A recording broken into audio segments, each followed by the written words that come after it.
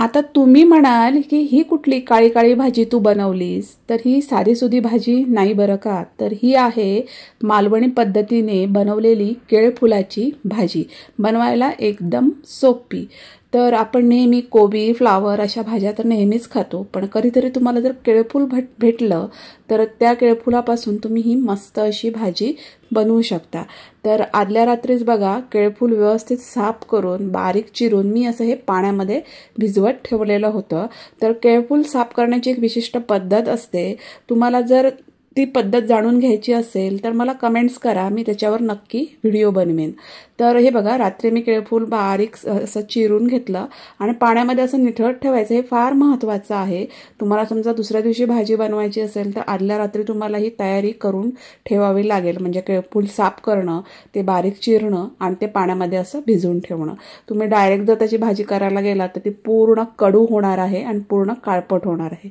तर एक रात्रभर मी हे केळफूल छान असं पाण्यामध्ये भिजवून ठेवलं आणि त्याच्यातलं सगळं पाणी मी हे काढून घेतलेलं आहे. हे बघा, आणि मला ही आता हिशी केळफुलाची भाजी भेटलेली आहे.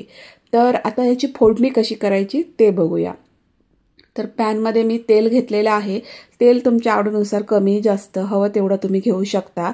आणि याच्यामध्ये मी एक कांदा आहे तो बारीक चिरून घातलेला आहे आणि कांदा चांगला मऊ होईपर्यंत आपल्याला परतवून घ्यायचा आहे.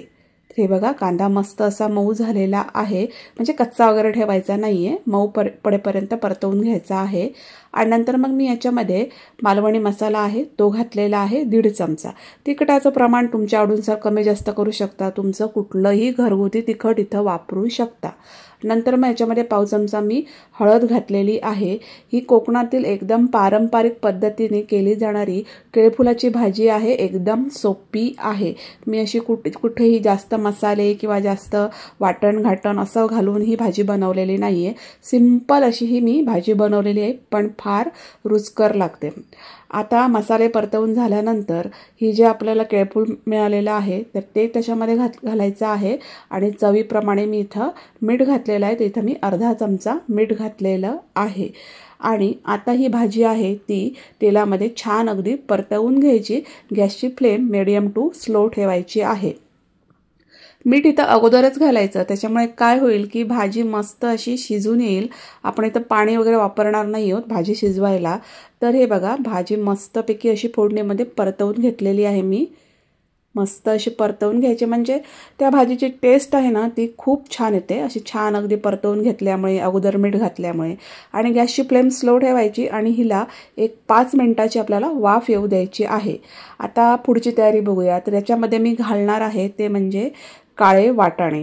तर मी हे अर्धी वाटी काळे वाटाणे आहे ते स्वच्छ धुवून एक रात्रभर भिजत ठेवले आणि नंतर असे कुकरमध्ये त्याच्या 5 ते 7 शिट्ट्या करून छान असे शिजवून घेतलेले आहेत. एकदम मस्त असे मऊसर असे वाटाणे इथं शिजवून घ्यायचे आहेत.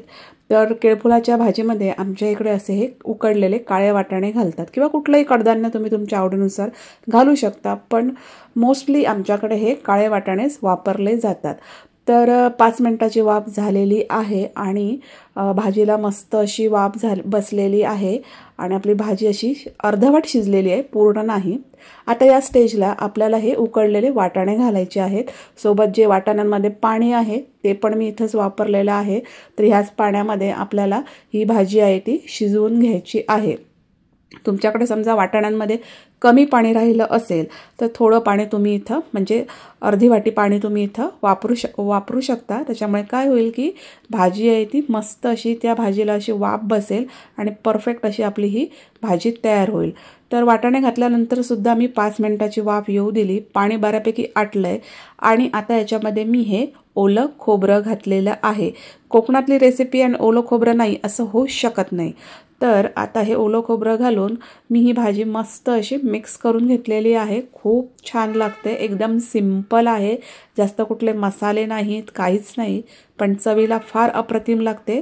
खोबरं घातल्यानंतर सुद्धा मी ह्या भाजीला 1 मिनिटाची वाफ दिलेली आहे, जेणेकरून खोबरं पण ह्या भाजीमध्ये मस्त असं मिक्स होईल. तर 1 मिनिटाची वाफ देऊन झालेली आहे. भाजीतलं सगळं पाणी आटलेलं आहे आणि मस्त अशी ही आपली केळफुलाची भाजी इथं तयार झालेली आहे.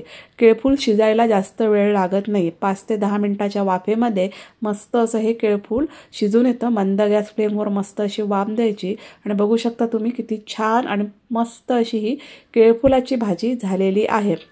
रोजच्या त्याच भाज्या खाण्यापेक्षा कधीतरी अशा वेगळ्या भाज्या तुम्ही नक्की ट्राय करा.